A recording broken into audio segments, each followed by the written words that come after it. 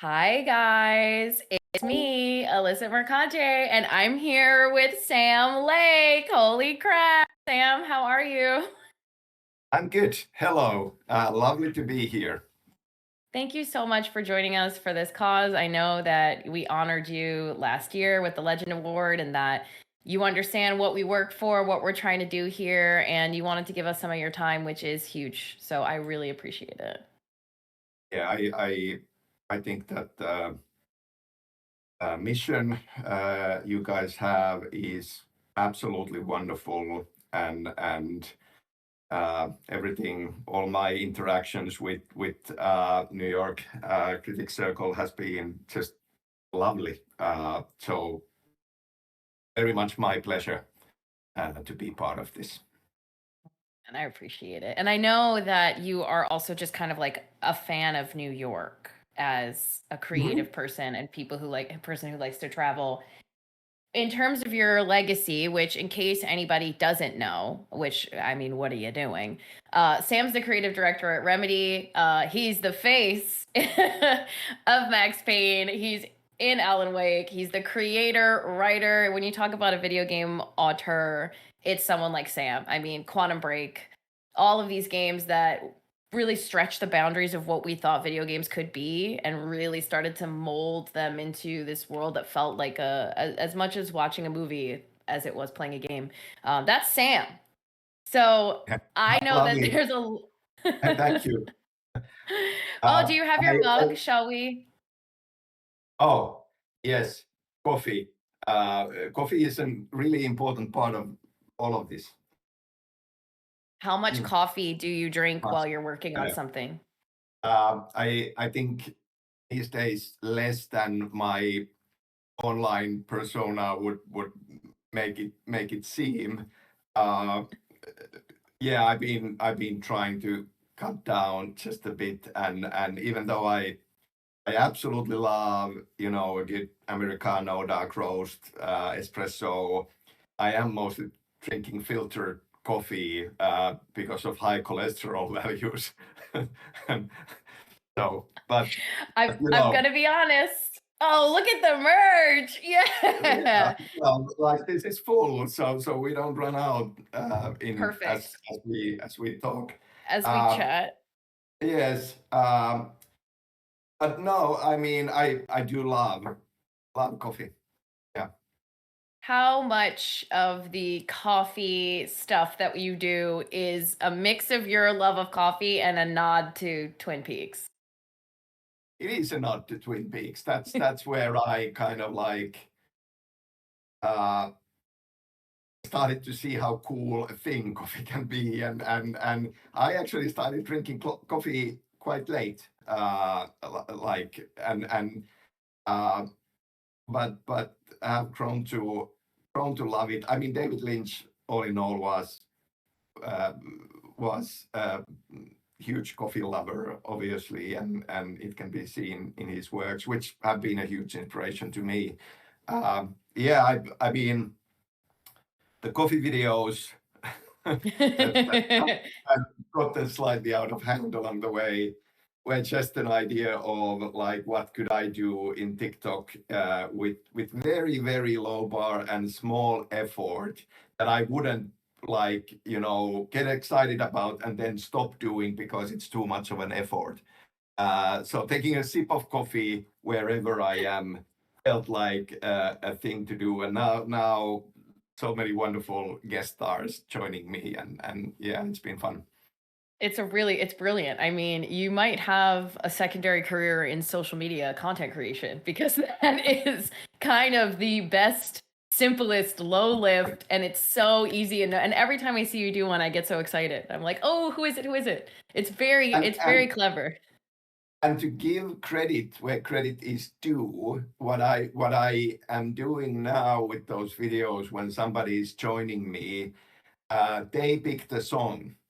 So Oh, because I get a lot of like people like, oh, he loves this song and this music, and I'm getting all the credit, but I'm saying it out loud here. It's everybody joining me who are picking the songs when they are part of it. That's so nice. Also, someone just said we passed $100 already, so shout out, guys. Thank you so much. The link Wonderful, thank is you. pinned at the top. Yeah, so if you want to donate, please, whatever you can, something small would mean the world. So thank you. I will be honest with you, I have been kind of lying to you because this is matcha. It's not coffee. I'm Oh, sorry, I'm a now sham. You end the call. This yes. was a we didn't have any Bye. coffee this morning. We didn't have any coffee this morning, and I panicked, and I was like, "What do I have in front of me?" I was hoping I could rouse my partner to get Well, up and get me a like coffee, but if we are in a confession mode now, and I'm not saying which, but there are a couple of coffee TikTok videos where there was no coffee available when we had to do it. So yes, I mean, but that's that's the Hollywood. evolution of show business. Hey, it's all make believe. So you mentioned people picking songs and music. That's also something, I could talk to you more about David Lynch, and I probably will. I don't think I saw you the last time that I got this. I got this the day he passed. My little Laura That's Palmer that's tattoo. that's lovely. Yeah, I knew you and I were Love both it. big fans of him. Yeah, The yeah, world is a little less bright without David Lynch in it, but um it is for sure. music is big for you too. Music is a huge inspiration for you. I saw, the It show is. that you Yeah. did with the show that you did when we were in LA last December. Talk to me a little bit about music. It does just kind of feel like your work is very holistic. You don't just come in with an idea for a game, slap it on the table, and walk away.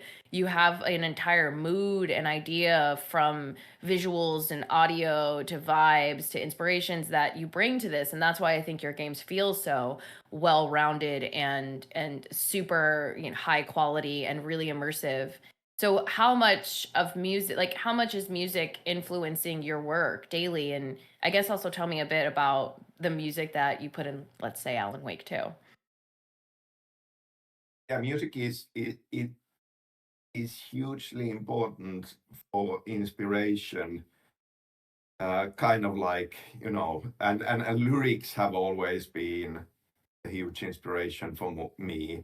Uh, Big David Bowie fan, huge Tom Waits fan, and he, if any, well, they both are as storytellers, and the lyrics mean a lot in that. So it's been an important part for me to get into a certain kind of a mood when thinking about the story and writing a story, and when I'm experiencing things such as a film, great soundtrack and music in it always lifts it up for me as kind of a important part of it. So yeah, like I mean, I do more and more think about making games as all kinds of different mediums crashing together and forming the experience, and music is one key thing. It's been this evolution, like everything, like Remedy is 30 years this month, so it's been a long journey, and music has been part of it from the beginning, and custom songs as well, like we had uh Poets of the Fall, the band of good friends being established at the time of Max Payne 2, and their first single was Late Goodbye, which was the end credit song for Max Payne 2, and like Marco Saaristo wrote the lyrics based on a poem I had written, and so it was kind of custom made for that, and that started this journey that has been just like growing more and more ambitious along the way. We had Poets of the Fall take the role of old gods of Asgard in Alan Wake, and very much tied to the plot, custom songs for that, and especially now coming to Alan Wake 2, it just felt that this is working so well. Why not bring other wonderful artists in to collaborate, and so we did, and wonderful mix of really talented musicians and songmakers, and coming in, Poe being one of them, wonderful genius songmaker, and us collaborating on all of that. Like in many of these mediums, I feel that I'm very much an amateur, and I love to collaborate with really passionate, talented artists, and just kind of like, talk about what the experience is and what the mood is and what are we after, and write some poetry or lyrics as a starting point, and then us collaborating to create it. Like I can this just came out. This is the 4 vinyl selection of Alan Wake 2 soundtrack. I hear that there's gonna be an auction maybe a bit later this year still. Definitely I'll put this up for the cause and sign it, and so. Oh, okay. Yeah, so we will probably be doing one later in the year. If you guys have Christmas and holiday presents you need to get last minute, and all the proceeds will go to New York Video Game Critics Circle. Sam Lake the Goat throwing something in the mix already that I think people are going to want. Your coffee thermos, when I did, so my coworker at the time had the Oh Dear thermos, and she donated it to me for my charity fundraiser last year. That thing, more people wanted that than a lot of the other merch we had. That did numbers. Yeah, I might have some other nice thing. No coffee thermos though, but hoping that like more of them would be made at some point. Yeah, but some other stuff I will certainly hand over to the auction. Oh, you're the best. Thank you, Sam. I know that you talked about feeling like an amateur in these spaces, so I have to ask you then, you consider yourself an amateur dancer now that you've had to do these dances? Well, I am very I love dancing through loving music, and just kind of like physically having fun with music. I've like growing up taken some dance lessons, but very little really, and nothing like long lasting. But I growing up, I absolutely also loved musicals. Like Gene Kelly and Fred Astaire, and always loved watching those films on TV. So the idea of a musical has been in my mind as part of a game for years and years, and trying to make it happen. And sometimes it's a long and winding road to finally get to it. And now it happened with Alan Wake 2, and I'm so happy. And I just had to be even in a small part of it. And for the dancing, we had a wonderful Finnish choreographer, Sofia Ruija, who made the choreography, and we showed her some like mood pieces and inspirations for it. And also the request was, please make it easy enough for an amateur to learn, because I need to learn it. Ilkka Villi will need to learn it. And also like I really wanted any fan to just put a bit of effort and be able to do their own TikToks or whatever. And so many have, which is so wonderful and lovely. And then it just kind of got out of hand, and we ended up on stage of the Game Awards, which is like once in a lifetime thing. I would have never in my life dreamed or imagined something like that happening. I used to be a very shy person when it comes to talking in public or whatnot. Having done it so many years, like somehow you just kind of like get get used to it.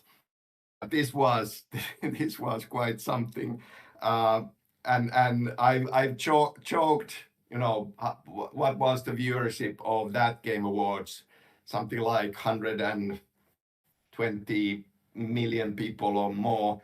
I've joked that now I can retire as a dancer. That in my whole career, you know, all the audiences combined in all the performances, it's over 100 million people. So it's I can retire from that. I think it's so funny that you guys did that, man. I mean, being in the crowd too, people were just freaking out. So it was such a cool thing. And it also just it feels like, and speaking with you now that we've spoken and seen each other in a couple times at a couple places, you have, an openness and an approachability and a willingness to talk to anyone that I think is really lovely. I think anyone who is as talented as you are and has such a background that you do, no one would be surprised if you were a little bit standoffish or you were like, oh, I'm an auteur, I'm a video game creator. But you've always been so approachable. And I think doing something like that dance too was also just, it was obviously an artistic choice because I think there's something so weirdly sinister in doing a really like fun dance in a horror game that's like already messing with your brain. But it also just shows that you don't take yourself too seriously, and I think that is a really nice thing to see, especially since I know that you only got stuck doing the face stuff in games at first for budget reason, correct?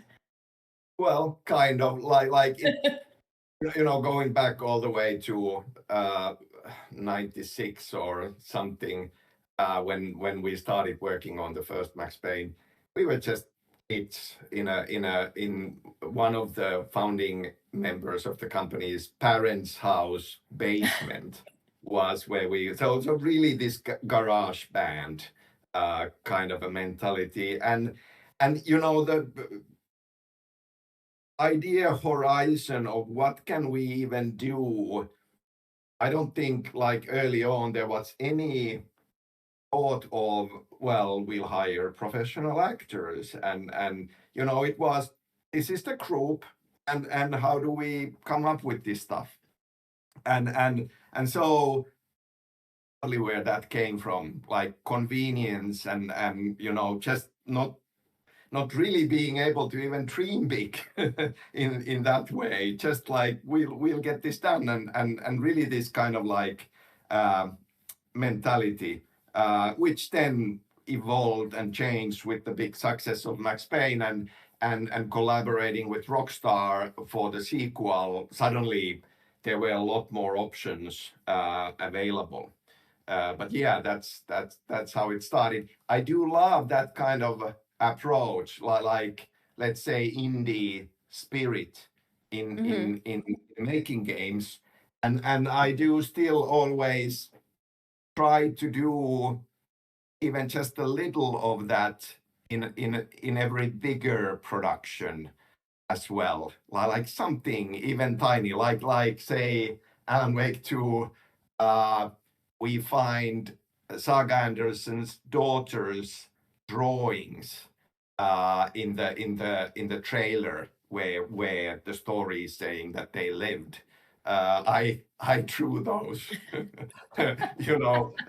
summoning my, whatever, 9-year-old or less, and with crayons, drawing some kids' drawings. I really get a lot of enjoyment of the high level, but then also the really, really small details we can add. And I think that this indie spirit is important, and I think that indie games overall, all around, are really champions of bringing new ideas into video games, and AAA and whatnot, just growing bigger and bigger. Easily it leads into less risks being taken, and kind of like commercial success being a relatively brutal thing But we all know that in any creative art form or industry, however you want to look at it, innovation and new ideas are so vital.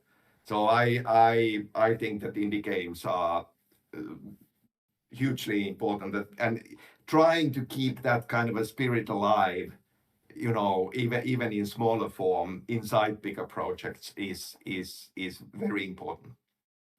I can see you guys doing that. I mean, it doesn't feel like anything that is in a Remedy game that you've touched was just thrown in there.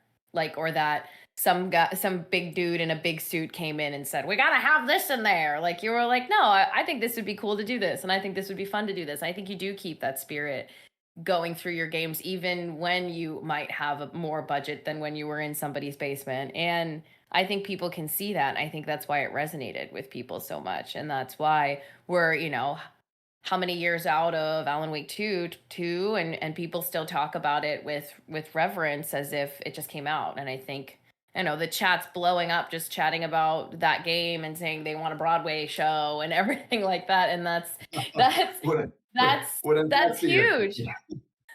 Yeah, you do Broadway, Sam? um, Can you sing?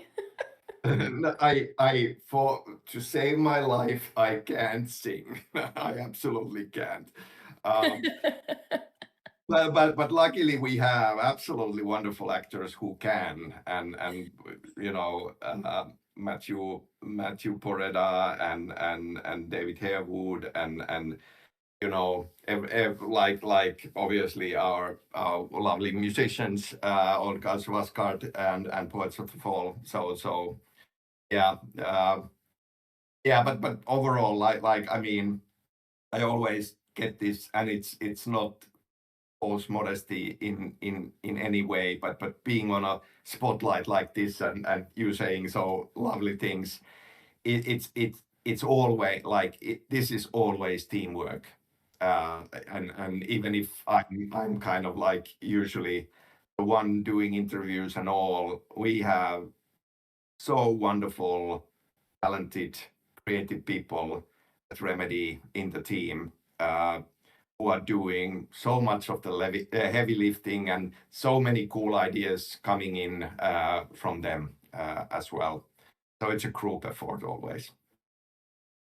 I want to talk to you a bit more about things that inspire you, and kind of also what has always kind of consistently led you down the path of, I wouldn't say horror, but definitely exploring darker things in the world or in the mind, all while threading it through with a lightness that I think is almost the only way to kind of face psychological things, is ensuring that you thread it through with this. So when you were writing, let's say Alan Wake, the first one, and then even the second, what were some of your biggest inspirations, and how did those inspirations reflect in what you ended up making?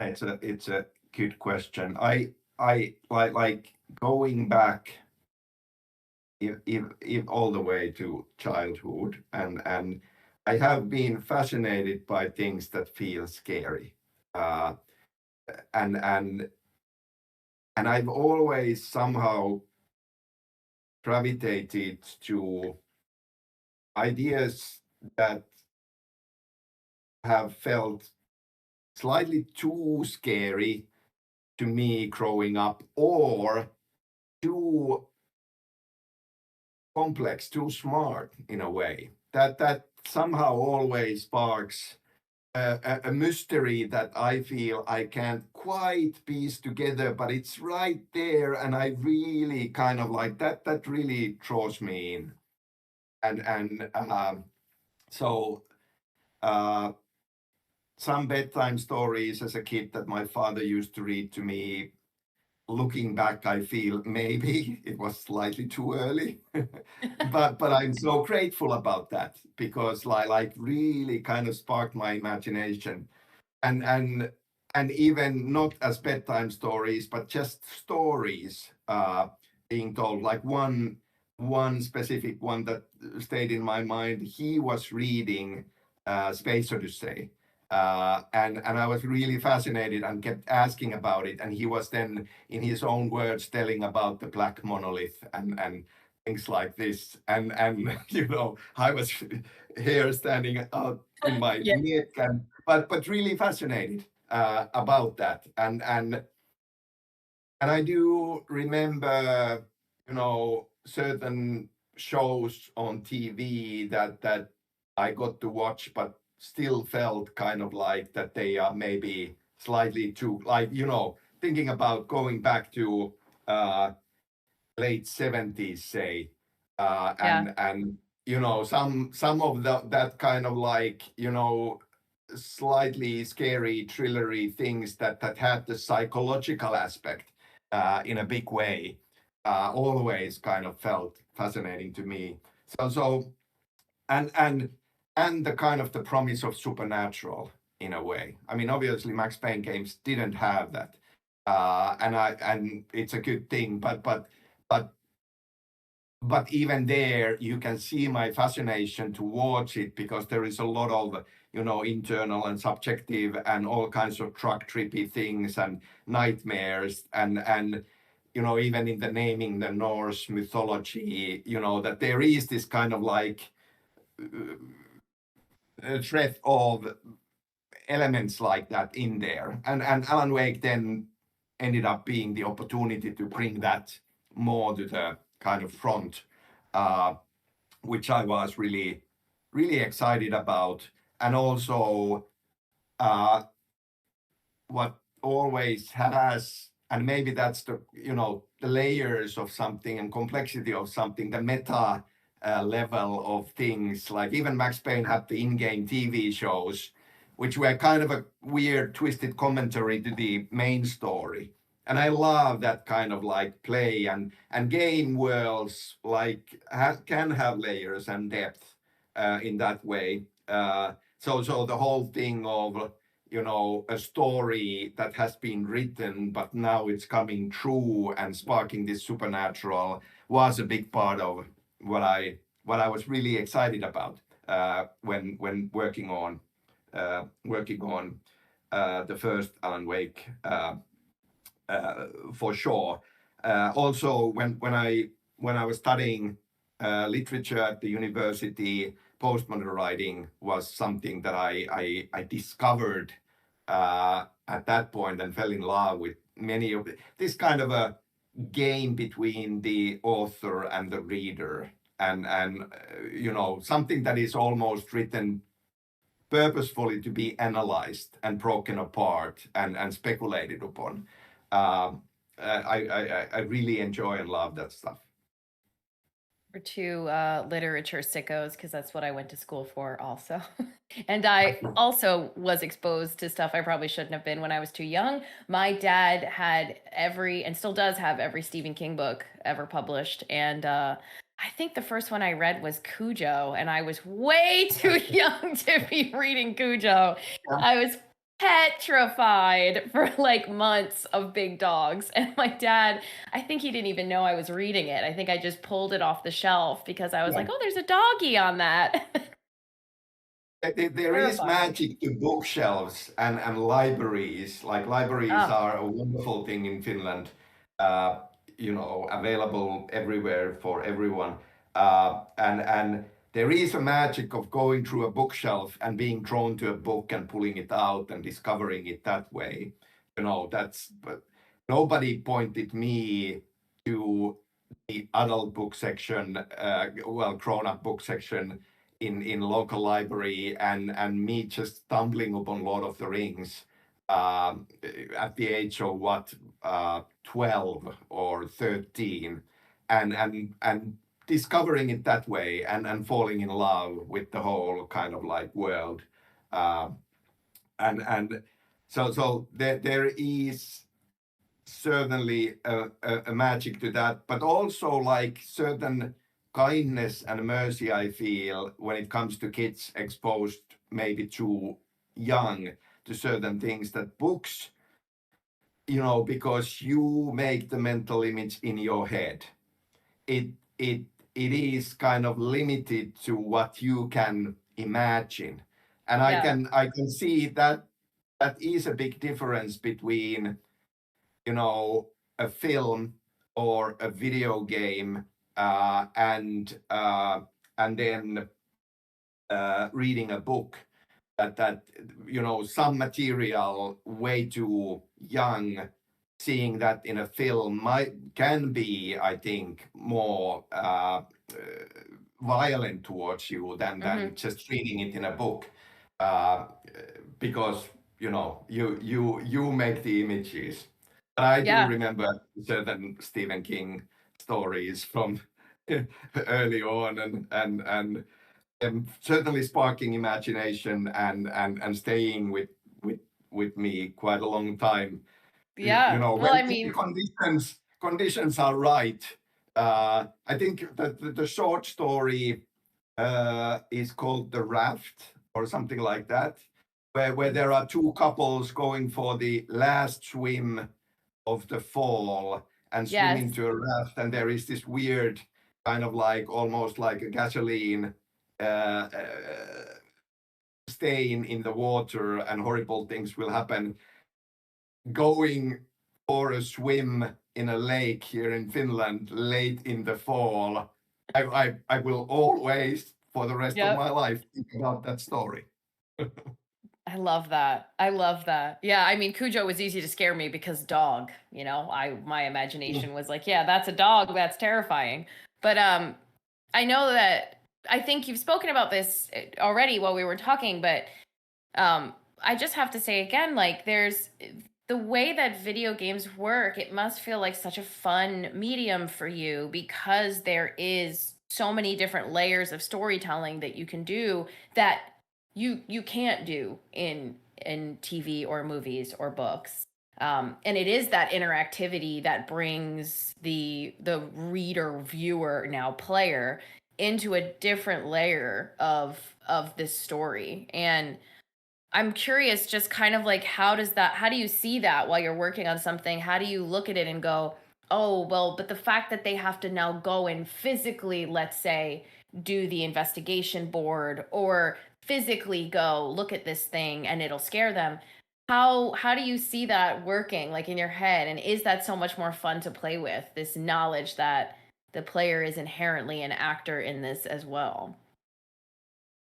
Obviously, in games, that's a huge part of it, and yeah, I love bringing in different mediums, and I obviously that gives you all kinds of opportunities for different types of elements to piece together.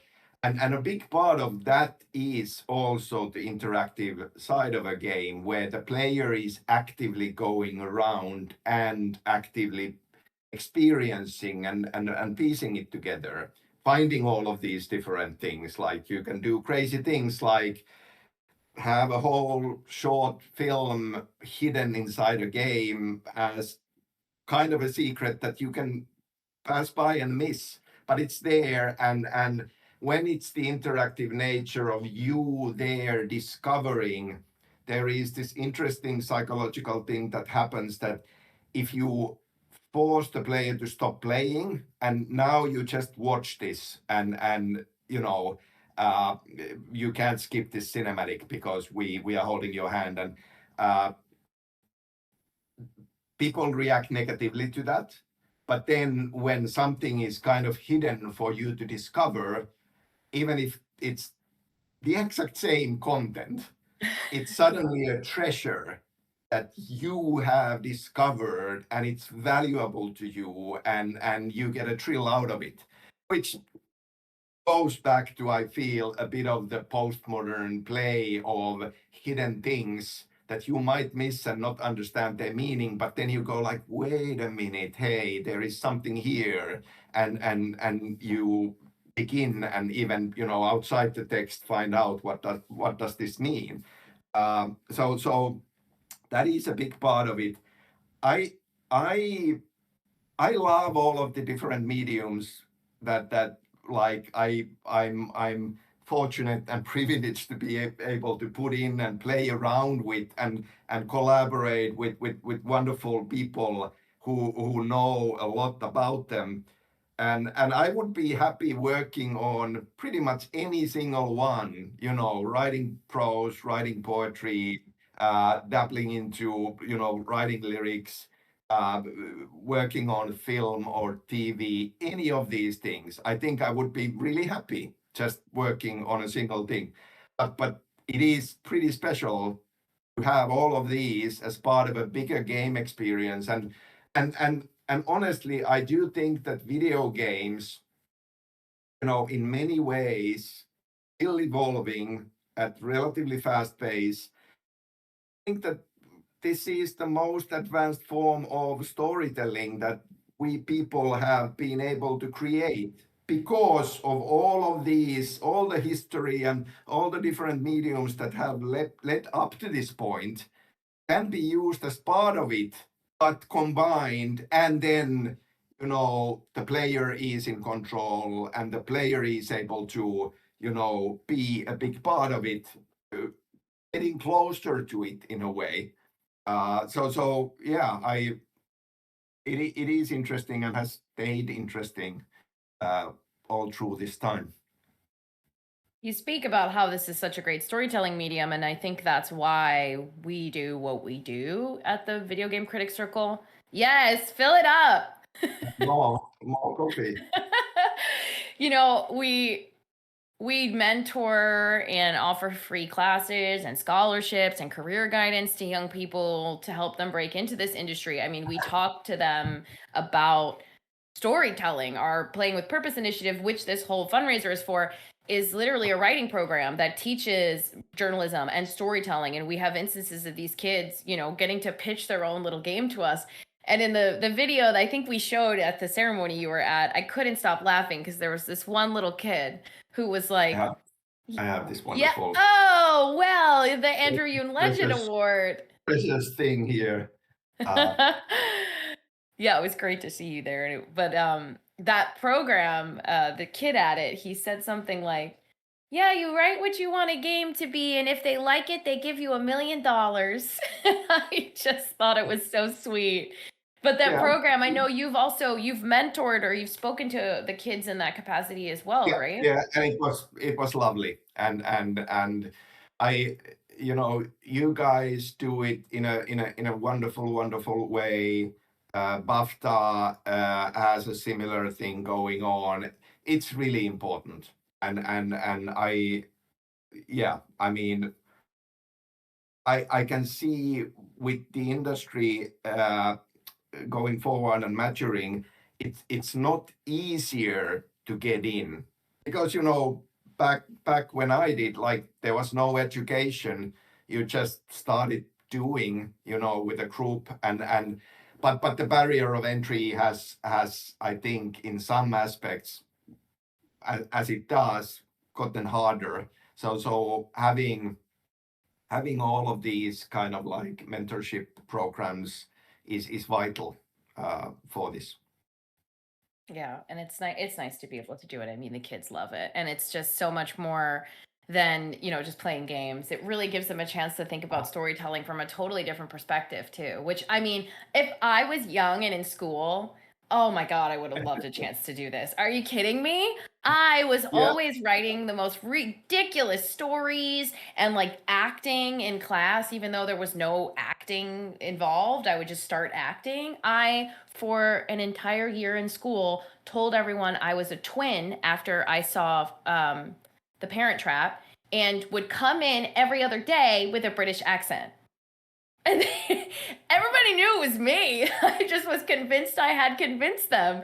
I would have loved something like this when I was a kid. I would have loved it. Yeah, likewise, for sure.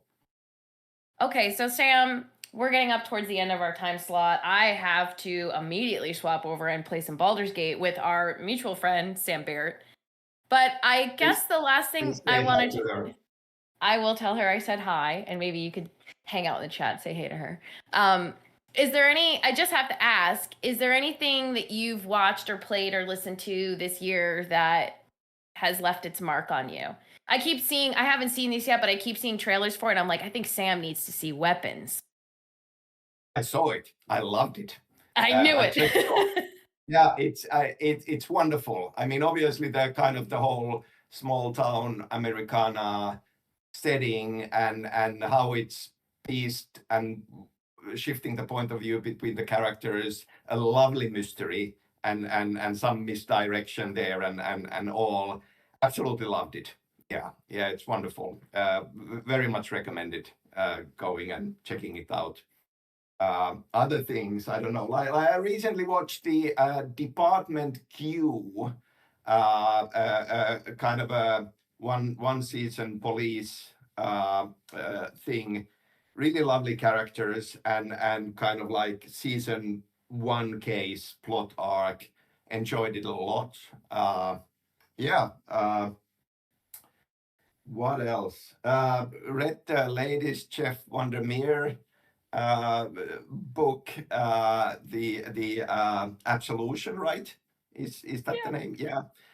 Southern Reach and Annihilation back in the day was a big new weird inspiration for Control in some aspects. So it was really nice diving back into the world. It almost felt to me like there is the original trilogy and this is the fourth book. So it felt like he actually decided to write another trilogy and put it inside one cover. Yes. So because there are three parts and they are very different, so it's almost like the second trilogy in my mind. Yeah. I love Jeff Vandermeer. We've talked about this. I love Jeff Vandermeer. I thought they did as good of a job as you can adapting a Jeff Vandermeer novel into a movie, which is like, it's inherently so surreal and broken up and strange and unreliable in a lot of itself inherently. But I love those books so much. And I keep saying, I think I've said this to you before, I need to get you and Jeff Vandermeer in a room together. Oh, I would love to chat with I him. would, to be a fly on that wall, to be a many-eyed, freaky, deformed fly that was exposed to something strange on that wall would be amazing.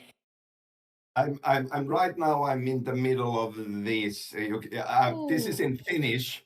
It's a Danish book by Olga Ravn. It's based on